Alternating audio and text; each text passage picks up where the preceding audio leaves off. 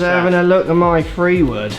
I've got questions about my freewood we're going to test. So when I tested this freewood, they actually put a bit of lead tape on the back to try and stop it being so knucklebally for me. Is that where you had it there? You see these old bits of... Yeah, it was at the back. I actually took it off because I like the knuckleball because when I'm a long par 5, right, I like the fact that I know I can get that 260 rolling. Yeah. Like 235 carrying, it just chases because I get really low spin knuckleballs, which I know how to play. I've seen you hit them, yeah. And then vice versa, if I want to hit that like 220 and float it up in the air, I can hit a cutty one with it, no problem. Bit like my hybrid, freewood's always been a pretty gameable club for me. And when I tested it, I was getting knuckleballs. They actually tried to calm them down, like I just said, but now I'm only cutting it. I can't seem to draw it. Apart from on a tee, I hit it pretty straight. Let's measure and see what's going on with it. Let's get stuck in.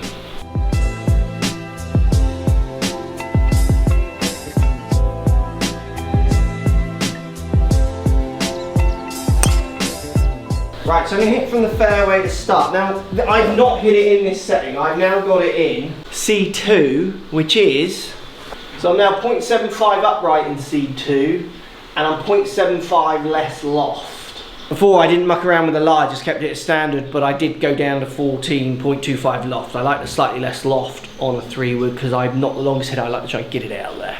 So is this my setting? Is C2 the one that's going to help me stop being so fadey? See, the question I had was, were you catching it more heely? Absolutely not. But I can see the strike pattern on the face of that club just from where you've been hitting it. Middle to toe. It's all middle to toe, which is my standard. This is standard. Clubs, I'm trying to max out what I can get out of them.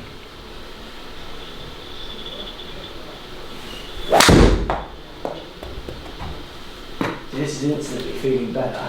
Is it? But look at that one's missing slightly left. Yeah.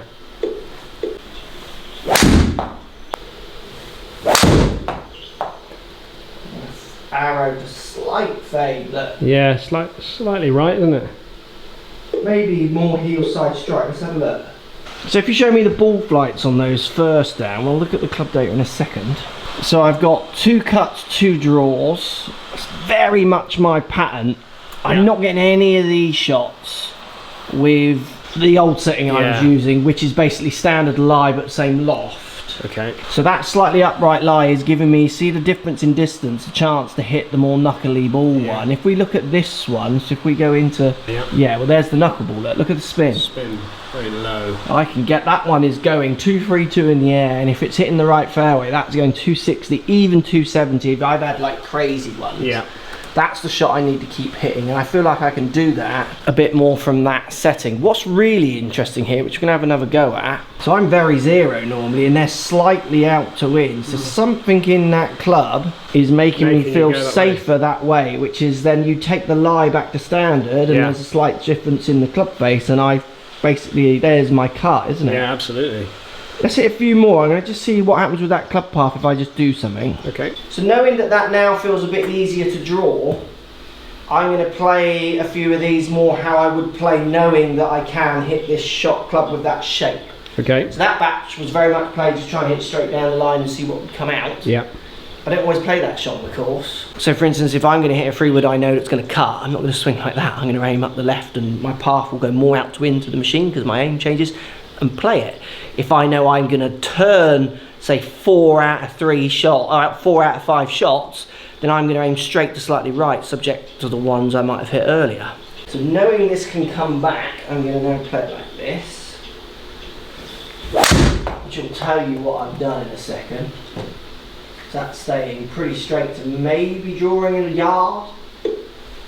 It's good. I haven't played a 3-wood like that for a while on the course block. What was that carrying? Yeah, that's 232, 3-1 spin.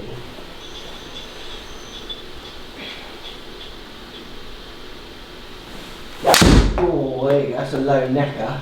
Oh, that's one of my getaway. Where's that gone? It's gone slightly up the left, but cutting back because of obviously gear effect, it's his existence. That's done very well considering how bad I play it now. Yeah, so that's much more gameable, isn't it, in that setting basically. It's last 3. Yeah, so look what happens to my confidence of where I'm trying to swing it all into it. If you just point at the last three there. 0.9, 0.7 and 1.2. So I've gone from out to into out because of a change in the setting of the lie, because of the freedom that's given me. It's just giving you a lot more confidence to swing it that way, isn't it? It's mental, isn't it? Yeah. Yeah, and toe and your lie angles change slightly as well with your delivery. Slightly more toe up on two of them. So basically, you've gone another degree toe up, basically on your average. So what I tried to do on those last ones, for me, I felt like I was more this way, which gives me more of a club path that pushes a few degrees to the right. So basically I felt like I was going this way, where I would normally, if I'm hitting a safe free, would feel very much just rotating, which gets me kind of zero path. To even slightly out to in, because often, say with my irons and my approach shots, I like to hit them straight, and if they're going to move anyway, you hear me say I like them just to fall out the air to the right. But what's the beauty with that setting, and we'll see if it works on the course as you watch me in more course vlogs, but this is being filmed and we've got loads of course vlogs on back, so you won't see this come out till after we've been to La Manga, if you're trying to reference course vlogs to this. So I'm now going to start this one up the left and feel like I'm hitting like a floaty shot.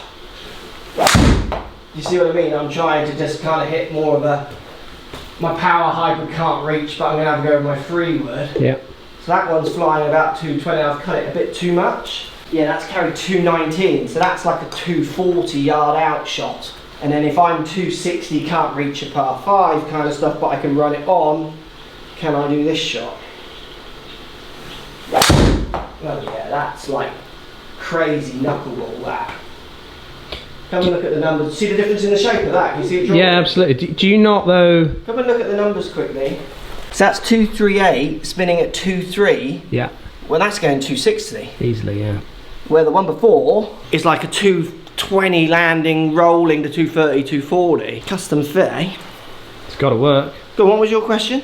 What I'm saying is, this is the first time really that you've had a chance to come in and actually experiment with that club, isn't it? Since you've had them. Yeah. I mean, you've taken them straight out. You haven't. You know, it's turned out and off you go. Yeah, absolutely. So it's good to now have this opportunity to play with your numbers a little bit and see what that club can do for you. It's going to give you so much more confidence on the golf course. Yeah, it's mental. It's actually allowing me to just confirm my feeling rather than thinking, right, I want the other head, see if that's any difference. Yeah. I mean, I think it's quite an interesting point on fitting as well, because I had a great fitting with this, and when I hit this club, I was hitting knuckleballs with it, like I said at the start, and they were trying to calm them down. They just disappeared as I got on the course. But you'll hear it in course log, just can't draw this freewood, just can't draw this freewood. Like you say, just having that little bit of extra time. Yeah, to play with it. And I'm not buying a new club, am I? What am I doing? No, you're just adjusting. Twisting the neck. Yeah, absolutely. So you could go, oh, well, you got the wrong club. Well, I haven't. I've just now got, in theory, a new club, because that club is allowing me to manoeuvre my feelings. But it's something you've said all the time, and all the time that I've been working alongside you, is yes, have a fitting with it, but take it on the golf course, see how it performs, and then come back and maybe make a few adjustments if you need to. Yeah, absolutely. You know, for this situation, you've been on the range with Titleist, hitting balls, just trying to get the best out of it, I'm assuming. Yeah. You've then finally played with it, and you need it to do something maybe slightly different. Absolutely, absolutely. The message is exactly the same, isn't it? Yeah. Not only for everybody else, but for you as well. It's a good point, Dan. Absolutely is exactly the same. That's interesting. Let's see how that works out on the course. Like I say, La Manga videos onwards, you'll see this change take effect on the course. So if you've seen any course vlogs, but prior to that, it's still in the old setting. C2. I'm a C2 man. Push comments down below. Let me know what you think. I think there's a lot of, if you can be bothered to look at this, because I know it isn't a driver video, and lots of people like this to be done with drivers. Freewood videos get such bad, like, kind of numbers compared to drivers, because golfers are golfers. But that's quite an amazing change in my feelings there. We'll see as the course vlogs go on, it actually makes a difference. Hit that subscribe button down there if you don't already. Remember to thumbs up the video if you're liking what we've done there, little custom fit message. Speak to you all soon.